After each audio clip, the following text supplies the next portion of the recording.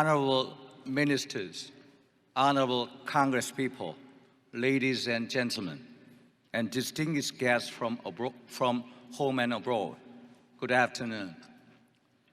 It's indeed an honor for me to deliver a keynote speech at this meaningful event where large numbers of political leaders, including current and former heads of state, prime ministers, chairmen of Congress, and ministers from across the world come together and pool their wisdom. I'm Sang-Hyun, Chairman of the Foreign Affairs and Unification Committee of the National Assembly of the Republic of Korea.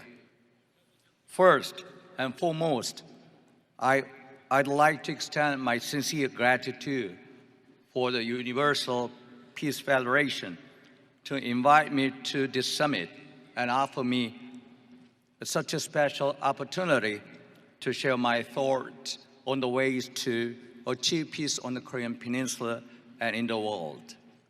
The 2020 World Summit holds great significance at this critical juncture where a number of daunting issues are mounting. I, in particular, could recognize the reason that Universal Peace Federation hosts the World Summit with the single goal of realizing the ideal of peaceful world in the global village. In order to realize the world of peace ideal, it is necessary to have a place of discussion where leaders and experts from all fields, including politics, finance, religion, society, culture, and art, can work together, resolve the problems of international conflicts and hostilities. Today, we all gather here to discuss the future of humanity and to make the revolution to bring about perpetual peace in the world. This year's World Summit is being held on the theme of achieving world peace and peaceful reunification of the Korean Peninsula, centered on interdependence, mutual prosperity, and universal values. In this regard, I'd like to focus my speech on the ways to anchor peace on the Korean Peninsula and the inter-Korean relationship. First, it is integral that all responsible nations comply with the UN sanctions against North Korea. The member countries of the United Nations made a concerted effort to deter North Korea's growing nuclear threats and agreed to adopt the UN Security Council resolutions. Nevertheless, the current Moon Jae-in administration announced that it will push for independent travel to North Korea. The international society is arguing that inter-Korean cooperation should go hand in hand with progresses in denuclearization of North Korea, but the Korean government has been maintaining its stance to push for independent travel to the north. This is an apparent violation of UN sanctions regime, sanctions UN Security Council resolutions. Even at this moment, North Korea is accelerating the speed to advance its nuclear arsenal. In response, the international community is pulling all our efforts to deter North Korean nuclear capability by solidifying the cooperation and multiplying the economic sanctions against North Korea. It is obvious that the Moon Jae-in administration's independent travel plans is derailing the peace process on the Korean Peninsula.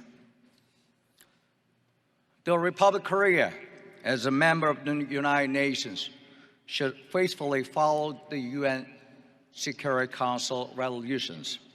It is not a matter of choice. The UN sanctions are the result of a centered action of the global international society, which was made to deter the North Korea's capability to sophisticate its nuclear weapons and WMD program. The bottom line should be complete dismantlement of all nuclear capabilities of North Korea, including not only further development and non-proliferation, quote-unquote, in the future, but also, quote-unquote, existing nuclear threats. The formidable nuclear threats from North Korea are shaking the foundation of world peace and security. South Korea is the very concerned party of these threats and likely to be directly hit by the possible attack from North Korea. That is why we should be the most exemplary nation following the sanctions measures to achieve complete implementation of UN Security Council resolutions. Ironically, intentionally or not, the Moon Jae-in government has consistently deviated from this journey toward peace and created a loophole in the sanctions regime. President Moon's ambition to resume tours to North Korea and promote tourism in North Korea will give Kim Jong-un some breathing space and at last refuel North Korea's economy.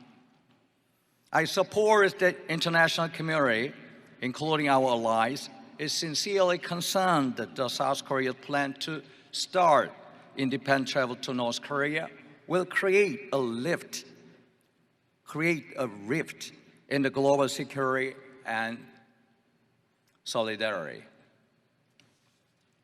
Therefore, the ultimate goal of our cooperation,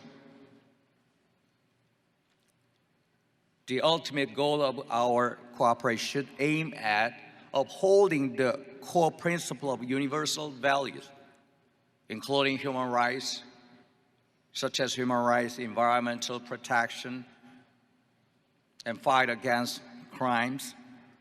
We all have to actively in international coordination to protect human rights and environment. So here I would like to emphasize the role of proactive diplomacy. It is to expand the future sphere of global cooperation by enhancing multilateral cooperation with various countries.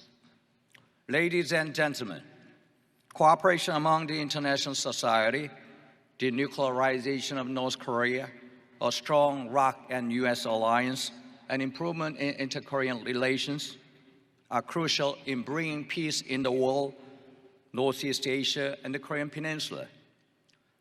Through our leaders' wisdom and determination and a breakthrough in the current situation, I sincerely hope that all countries will be the vanguards of peace in the world. Thank you. Thank you for listening.